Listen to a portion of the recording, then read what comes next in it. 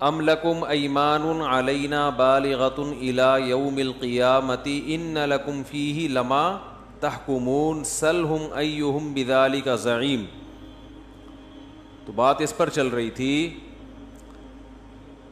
کہ بہت سے وہ یہ کہا کرتے تھے کہ جیسے دنیا میں اللہ نے ہمیں نوازا ہے آخرت میں بھی اللہ نوازے گا، کیونکہ ہم جو مال و اسباب میں اور خوشیوں میں ہیں، یہ خوشی اس کی علامت ہے کہ اللہ ہم سے خوش ہے، تو ہمیں کچھ بھی نہیں ہونے والا.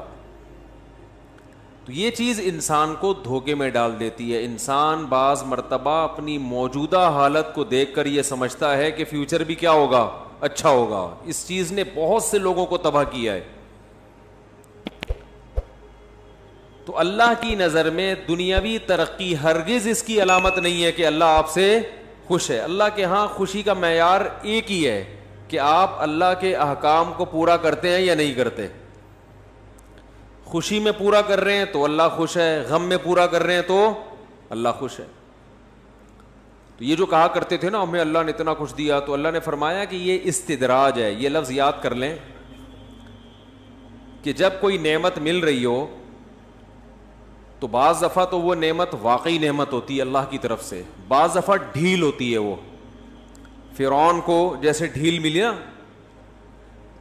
فرعون کو ڈھیل ملی، بہت قارون کو ڈھیل ملی، دولت بڑھتی جا رہی تھی. وہ اس خوش فہمی میں تھا کہ مجھے عذاب نہیں ہو سکا کیونکہ مجھے تو اتنا کچھ ملتا جا رہا ہے.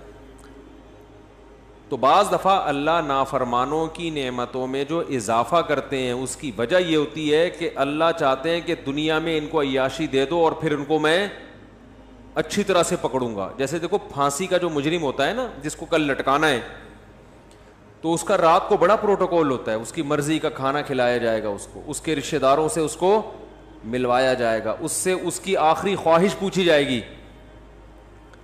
اب کسی نے پھانسی کے پھندے پہ لٹکنا ہے، اس سے آخری خواہش پوچھی جا رہی ہے، بھائی بتاؤ. وہ کہہ رہا ہے یار میری والدہ امریکہ میں رہتی ہیں، ان کو بلاؤ، میں ان سے ملنا چاہتا ہوں. ایک مثال دے رہا ہوں، ٹکٹ کا انتظام کیا جا رہا ہے، بھائی بلاؤ.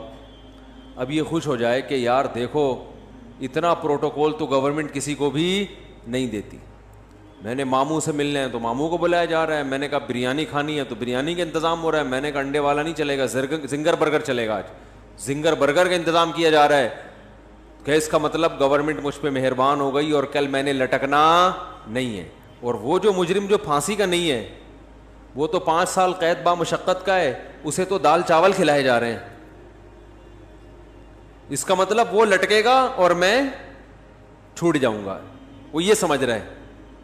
تو اسے کہا جائے گا بھائی وہ چونکہ لٹکنا نہیں ہے نا، اس لیے دال چاول کھلائے جا رہے ہیں، کیونکہ وہ 5 سال بعد چھوٹ کے اپنے گھر جا کے انڈے والا برگر بھی کھائے گا اور زنگر برگر بھی کھائے گا.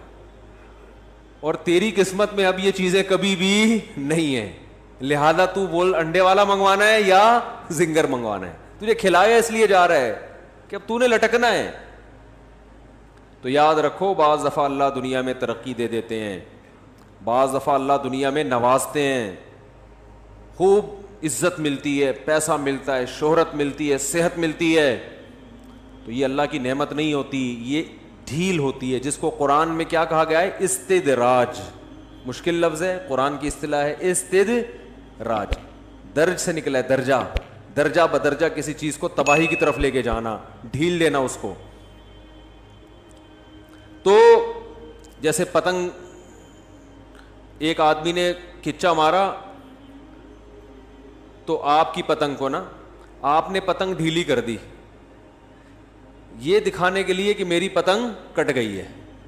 بعض دفعہ ہم جب بچپن میں کھیلتے تھے نا تو وہ ایسے چھوڑ دیتے تھے نا، وہ ایسے جا رہی ہے، وہ خوش ہو کے بھاگتا تھا، لے بھائی اس کی پتنگ کٹ گئی، پھر ایک دم کھینچ لی کہ کوئی کٹی وٹی نہیں ہے. تو یہ ڈھیل دیتے ہیں نا، ڈھیل، بالکل یہی انداز ہوتا ہے.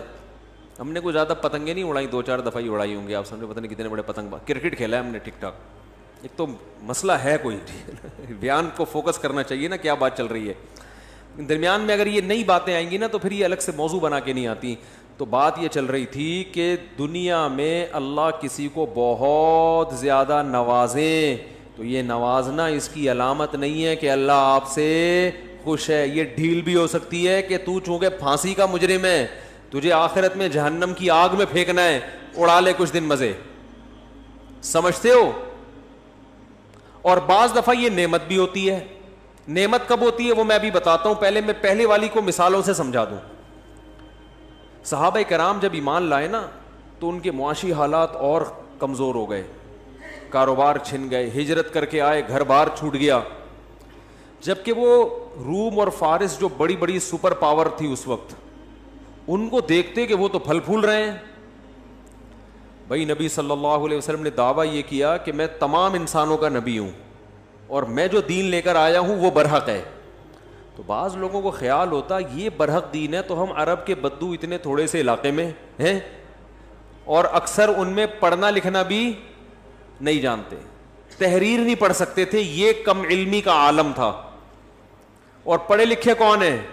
روم اور فارس, وہ اتنی بڑی بڑی طاقتیں, حالانکہ کوئی سورج کی عبادت کر رہا ہے, کوئی آگ کی پوجا کر رہا ہے, اور کوئی سیکولر ہے, کسی کی مانتا ہی نہیں کسی کو, وہ تو اللہ کے نافرمان ہے.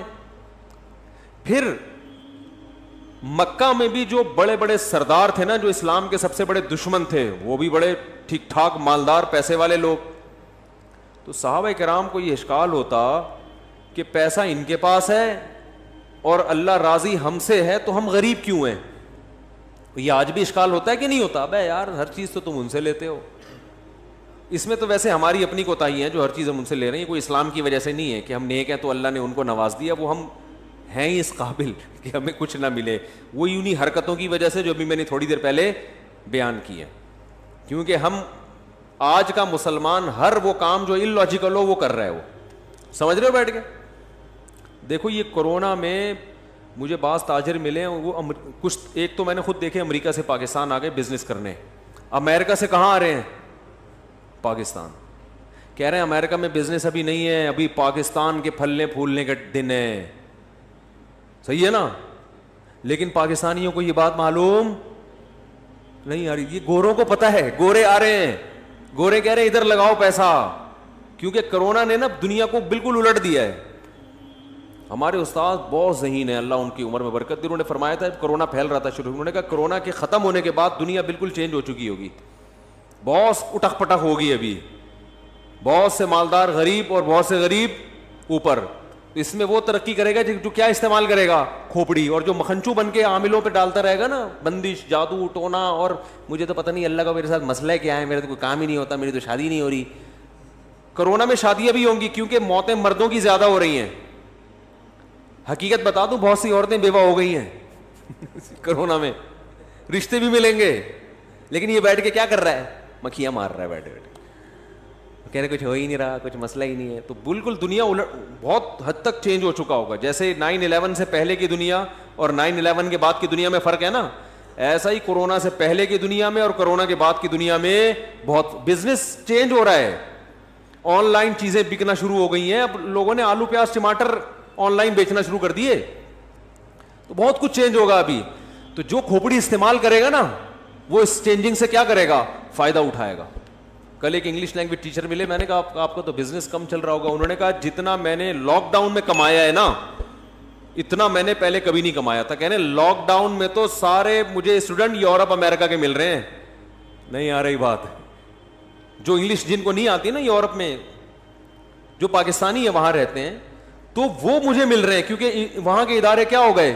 بند. تو کہہ رہے ہیں میں نے پہلے کھوپڑی استعمال